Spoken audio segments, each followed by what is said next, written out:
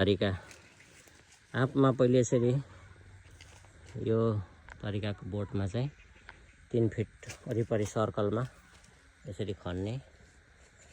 खनिसकेपछि तपाईँले यो पिना डिएपी सल्फर मिसाएर बोरोन यसरी वरिपरि लगाउने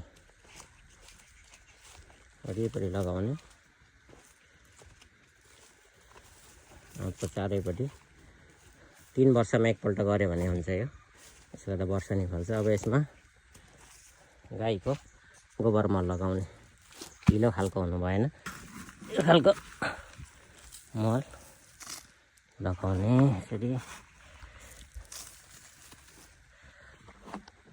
मल लगाउने।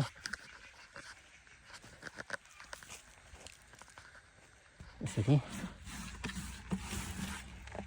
गोबर मल लगाउने। अब लगाइसकेपछि यसमा पानीले पुरिदिनुपर्छ। पानी भिजाइदिने। पानी भिजाइदिइसकेपछि यो माटोले पुरिदिने।